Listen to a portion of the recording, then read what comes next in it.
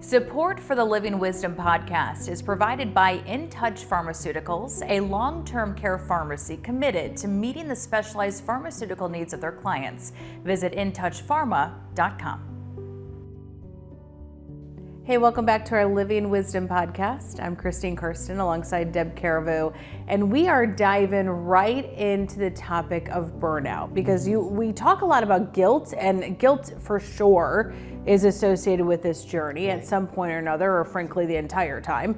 But some of the biggest guilt comes with saying, I cannot do this anymore. So let's just start there. What are some warning signs that this is more than just a bad day, that we need a little bit more help? Yeah. So oftentimes what happens is people start to have warning signs that they're being overwhelmed on an ongoing basis, but continue to ignore them. And as you do that, you become more and more overwhelmed, more and more guilty, more and more feeling, you have a lot more feelings of inadequacy. You go, what's my problem? Why can't I do this? Why am I so tired? So let's talk about what are some of those warning signs that sometimes people ignore. So the first one is if you feel you are continually exhausted, no matter how much sleep you get, you are just always running with a low tank, okay? So feeling emotionally exhausted, like you have nothing left to give the person that you're taking care of. You ask yourself, man, I just don't know if I can do this one more day. Physically being tired and just exhausted.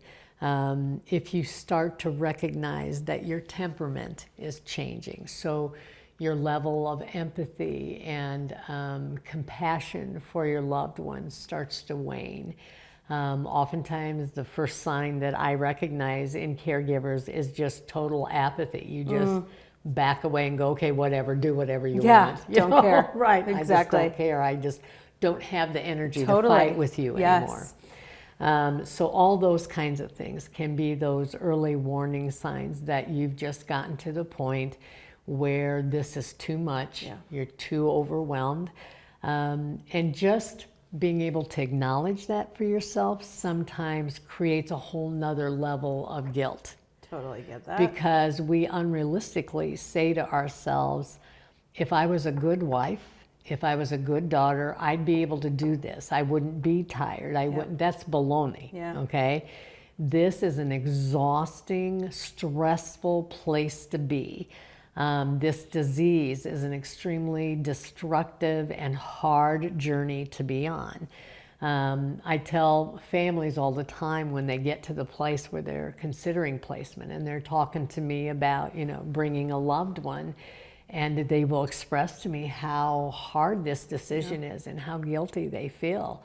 And I always kind of try to remind them that, you're trying to do at home with one or two of you what it takes 30 of us around the clock to do. It is just at some point in time on this journey, it is humanly impossible for one person to carry this load of this journey. And so it really is about, being true to yourself and just recognizing what your limits are. We all have them. None of us are superheroes. We don't have this endless, fountain of energy and ability to continue to sacrifice and give and give and give without, any consequence of that. So recognizing what those warning signs are. Now, when you see those warning signs, it may just mean you need a break. Yeah, for sure. It doesn't mean that it's an all or nothing kind of thing. It may be that you just need some time out. You need somebody else to step into the role or responsibility and give yourself a break. It doesn't necessarily mean that, this is a forever from this day forward kind of thing. But the other thing I want to kind of mention is that if people don't acknowledge those early warning signs and they don't acknowledge when they're in that space of just being overwhelmed and they continue to allow that to happen and continue to create more and more stress and more exhaustion, ultimately, what you're going to start to see is that you are doing a very good job at total self-neglect. And so what does that look like? How can you recognize? Because those are true danger signs. Because now you're putting your own well-being and health in danger as well as your loved ones. So if you find yourself either sleeping not at all or sleeping all the time, okay, either one of those ends of the spectrum is a danger sign. If you find that your eating habits are changing, either you're not eating at all, you're eating only junk, or you're overeating continually just to feed your anxiety, okay? Third thing is if you are finding yourself using other forms of relief or emotional support to deal with your situation. So if you're drinking more, if you're using over-the-counter medications, if you're using recreational drugs, any of those things that might put you on a path of potential addiction and cycle of addiction. And people do that because the reason we get into those patterns is we create for ourselves this cycle of what we call self-medicating. We are trying to avoid dealing with what we feel, so we're medicating it so it's numbing us and we don't have to face it, we don't have to deal with it. So any of those kinds of things are huge red flags, and you need to know and recognize, or if you are not the caregiver, if you see these things in someone you know who is a caregiver, that needs to be a huge red flag that this person is really starting to spiral out of control and destruction is coming for themselves and for their loved one. Well, and you said something pretty interesting too. It's not an all-in or all-out situation. So let's talk a little bit about if you're seeing these warning signs and you're thinking, wow, maybe it is time that we make this decision. Let's start with maybe respite opportunities and move our way all the way towards full-time care, because there's a lot in between. It doesn't have to be all or nothing. So what are options for people who are saying, all right, I'm tagging and I need a little help? That's a great point, because people, when we're in those caregiver situations, we get caught up in those things that, I told my mom I'd never put her in a nursing home, or I'd never put her away somewhere. And get caught into this. Either I have to do everything myself or I have to put her in an institution. There's so much in between those two things. So first thing is, I've encouraged people to look at and say, where do you think you're at? Are you still in those early warning signs of just being overwhelmed and needing a break?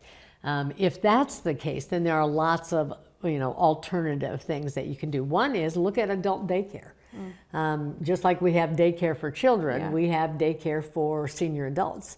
And so maybe it's something where you can take your loved one 2 or 3 days a week for 3 or 4 hours a day and give yourself just breaks on a daily basis or a weekly basis, where they can just go and engage and participate with other folks while you have a break. And it just gives you some time away.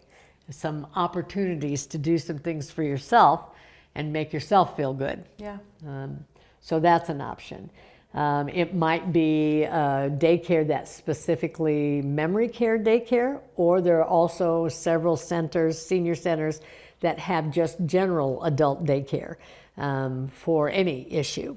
So those are an option. The second thing is, maybe you just need an extended period of time away that's temporary. So if it's that kind of scenario, then there are lots of healthcare campuses and facilities that offer what's called respite care. So respite care is a short-term temporary placement or stay. So let's say you have a daughter that's out of state that you want to go spend some time with, and you need some time away from your loved one and your caregiver role. You can place your loved one for a week or 2 weeks while you're away for what's called a respite stay. So that's a great option. The other thing is there are agencies, both companion services and licensed medical care, that you can get for a loved one in your home. So home health agencies, there are both companion services, which means it's an individual who comes in and will cook meals and do your laundry and do your dishes and clean your house and hang out with your loved one, and while you go to the beauty parlor or whatever. And again, that scenario, just like the daycare scenario, can be customized for whatever you want it to be. So again, it's not something you necessarily have to have every day. It might be you want it on Tuesday, Thursday, and Saturday for 3 hours each of those days. You can customize it based on what you feel like you need and what you think your loved one would tolerate or enjoy. So those are both really good options. And regular home health, that's licensed home health. Those are the individual agencies that have certified CNAs or nursing assistants. They have licensed nurses. So depending on what your loved one needs, if they have any additional physical or medical care needs, you can, again, customize that for what your loved one needs. And then, of course, we have the option of just long-term placement. And again, depending on what your individual person requires in terms of their level of function, how much assistance they need, will determine like whether you're looking at a general assisted living environment. Are you looking at assisted living that is licensed memory care? Are you looking for or need potentially skilled healthcare kind of environment? So it really is kind of just finding somebody to help you identify, and assess what your loved one needs when it comes to long-term placement. And any facility that is a healthcare facility, whether it's assisted living or skilled long-term care, people at those organizations can help identify you, help you find and identify what level of care your loved one needs. The other thing is always financial resources that people worry about. So there are financial resources to help support care or placement. So things like long-term care insurance policies. If you and your spouse or your parents have had long-term care insurance policies, they do a wonderful job paying for any of those levels of care that might be necessary. Having, if you financially are qualified, Medicaid, which is a state-funded program, has waiver services that will pay for adult daycare or can help with, long-term placement in healthcare settings, that kind of thing. So there are options out there. If you have a spouse or a parent who was a veteran, there are veteran resources and programs that will pay for different levels of care. So just don't feel like everything you do you're going to have to privately be able to pay for, because that's not necessarily true. There's lots of different options. You just have to have assistance knowing how to explore those things and who to reach out to. And so one of the things I would encourage people to do is to talk to local Medicaid offices, or talk to your veterans organizations. If you have a parent or a spouse who's a veteran, reach out to us here at Hubbard Hill, and we will help connect you to the people you need to find, and we can share with you what levels of care can be reimbursed under certain things. We can help you explore whether or not your long-term health insurance company would cover memory care. So just don't be afraid to ask the questions or reach out. But the most important thing is recognize and acknowledge for yourself what your limits are, and that it's okay to be there. And whether it's temporary or it's long-term placement, we're here for you. We're going to help you find the path that you need to get what you and your loved one need. Support for the Living Wisdom podcast is provided by In Touch Pharmaceuticals, a long-term care pharmacy committed to meeting the specialized pharmaceutical needs of their clients. Visit intouchpharma.com.